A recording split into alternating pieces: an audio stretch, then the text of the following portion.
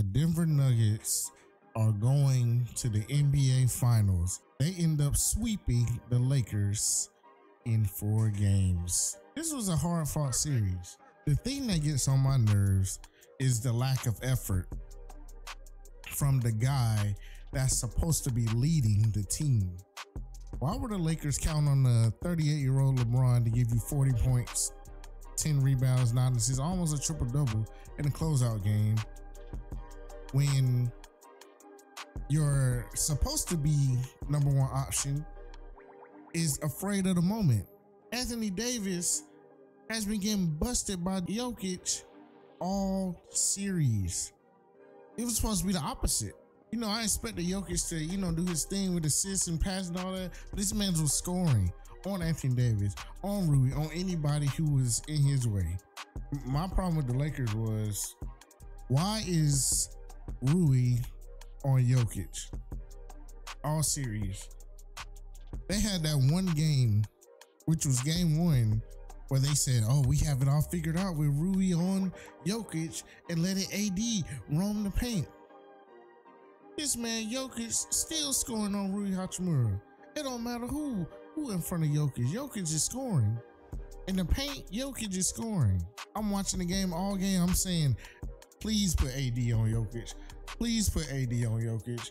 Please put AD on Jokic. But they didn't do that. They still settled for small ass Rui to be on Jokic. And Jokic took that matchup every time. Still scored, no matter what defense on him.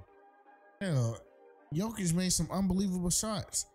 That shot, after the shot clock went down over AD, was on 1 foot, was amazing. I feel like AD had a good contest. He just made it.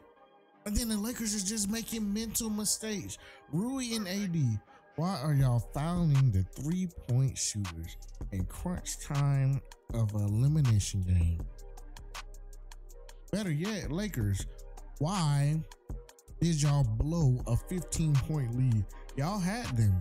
Y'all, this is your game to lose. It's your fault. Can't blame nobody else. Can't blame the refs.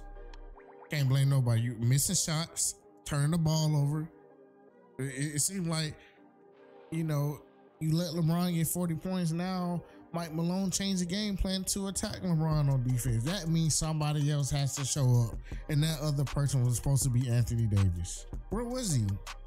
He came alive a little bit in the 4th quarter, but where was this all series? Anthony Davis was passive this whole series. He cannot be doing that. You're 30 years old.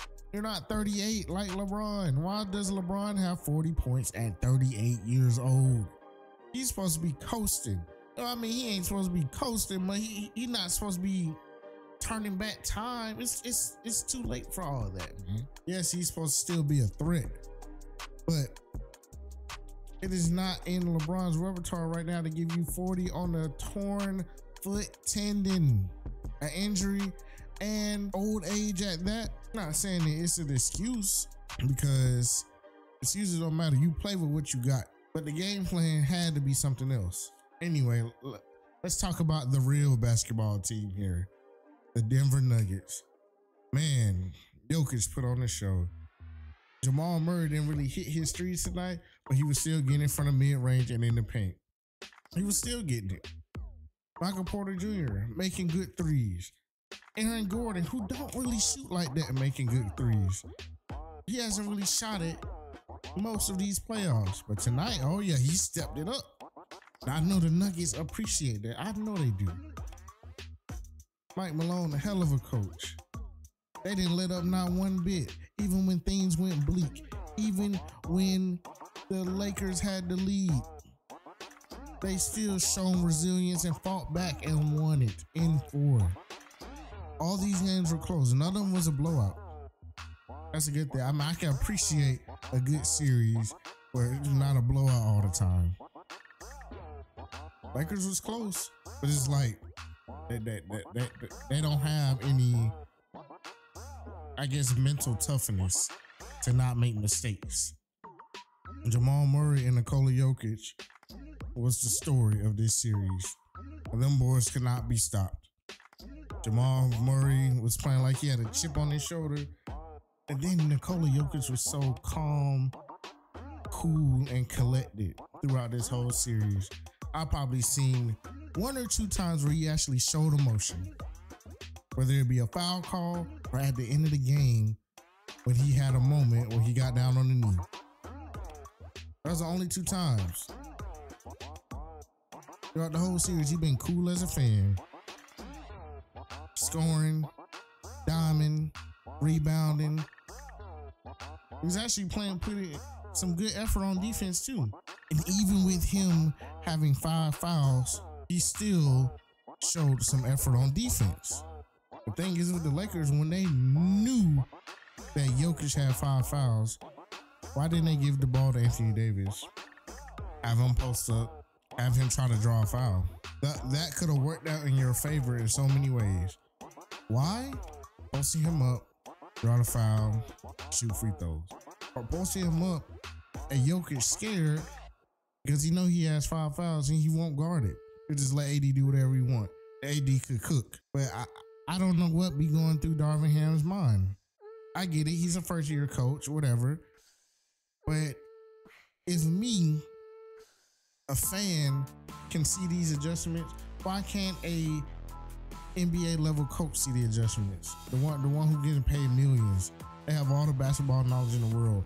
But it seems like common sense ain't too common these days. The Nuggets was playing with a chip on their shoulder.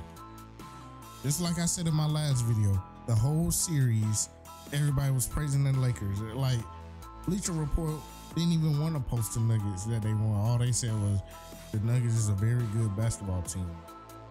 That was a very dry tweet, and everybody know it. The Nuggets proved that they were a better basketball team.